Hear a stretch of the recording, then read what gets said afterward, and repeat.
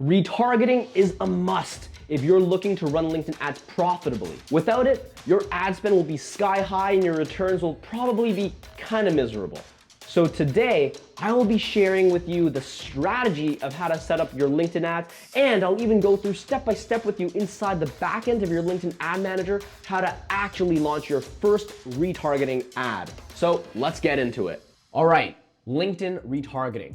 What is it and why is it important? Well, everyone knows at this point that LinkedIn is an amazing ad platform because of the quality of the prospects that you can find on it. Professionals, CEOs, people that actually have money. And LinkedIn on its own as an ad platform is really good because it just gives you more targeting and precision. Because you can literally say which industries you want to sell to or which specific job titles that you're trying to find. So the accuracy is just a lot better than Instagram or Facebook or some of these other platforms. But the disadvantage of this is that it's a little bit more expensive. And you'll know this if you've ever tried to run a LinkedIn ad, just straight up asking someone to book a call with you. If you've tried that, you'll notice that it's incredibly expensive. And part of the reason why is because you are in fact a total stranger.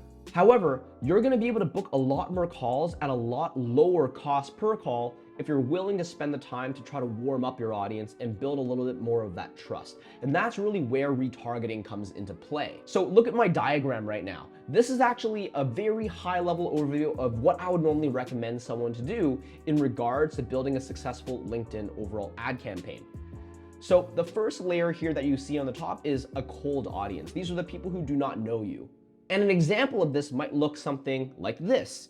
This is an ad that I spend several $1,000s per month on. And the people who see it, generally speaking, don't know anything about me. They've never heard my name. And this is where a good chunk of my budget is actually going into. But here's the thing, right? I'm not expecting that the people who see this totally cold ad for the first time will book a meeting with me. However, I am expecting some percentage of the people who see the ad are actually going to navigate to my website or maybe just watch the entire video directly on LinkedIn with curiosity. And this is actually what we define as a warmer audience. The segment of the total cold audience that actually was willing to pay attention and engage inside the ad. Maybe it's 5% of them, or even just 10% of the total audience. These people have a much higher level of buying probability because they gave us some sort of signal that they were of a better fit. Once again, whether they clicked onto the website or they just watched the entire video. Now, the most intelligent thing that you could do right now is to prioritize these people because we already know that they are of a higher quality than the rest of the audience that ignored the ad. So what should we be doing with the budget that we have? We should allocate some percentage of the budget just so that we can hit these people again. And that's what we call retargeting, where we're gonna compile the custom audience of the people who were kind of intrigued, and then we're just gonna spend more money on them, getting them in front of more content, more videos, more ads, because we know that they have a higher likelihood of converting down the line.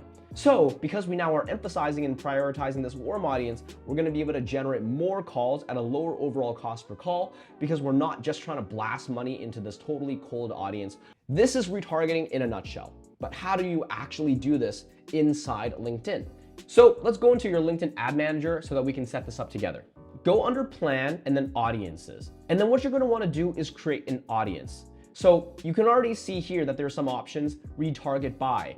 Now, if you are trying to specifically retarget people who have checked out your website, that will require a little bit more of a complex process because LinkedIn will not know who is actually going onto your website and doing things because LinkedIn doesn't really have insight into what happens inside your website. LinkedIn only knows what's happening inside LinkedIn, right? So if you actually want to be able to set it up so that LinkedIn has the knowledge of what's happening in your website, you will need to set up a custom conversion tracking code. This is a little bit of a technical process, so I actually have another video that I've made which goes deeper into specifically how to set that up. So if you don't have that already and you want to specifically retarget people who are doing things on your website, please watch that video so that you can see how it's done. But you can retarget on LinkedIn via other ways as well that does not require your website. Here are a few examples, right? Someone who has, for example, followed you on your LinkedIn company page. So that's something that happens directly inside LinkedIn, right?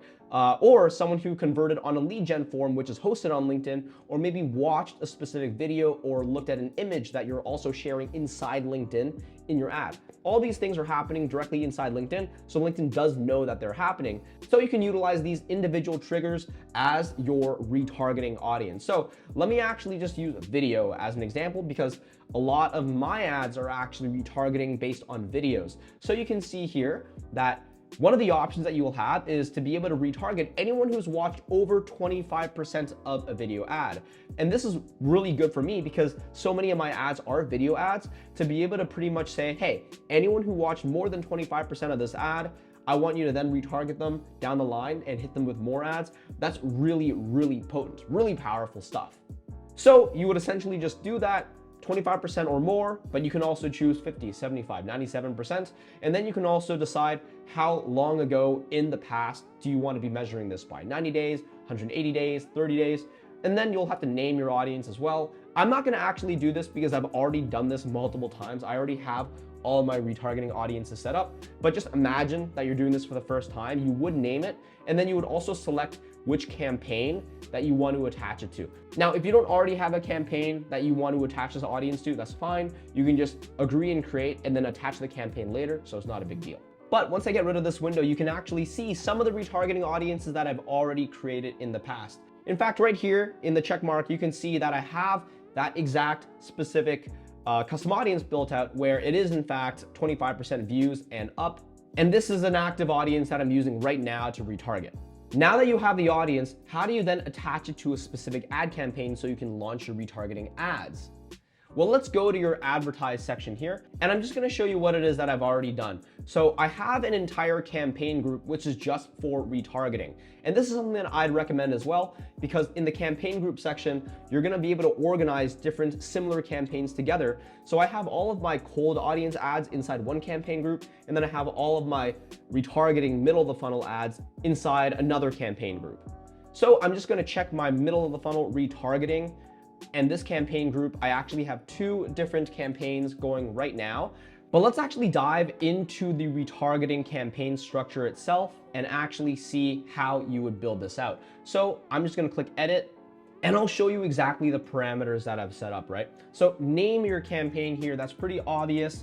Now, with the actual audience section, this is where you're gonna be able to assign the retargeting audience that we had created earlier. So you still do need to decide on the geography. That's still an input that you need to provide.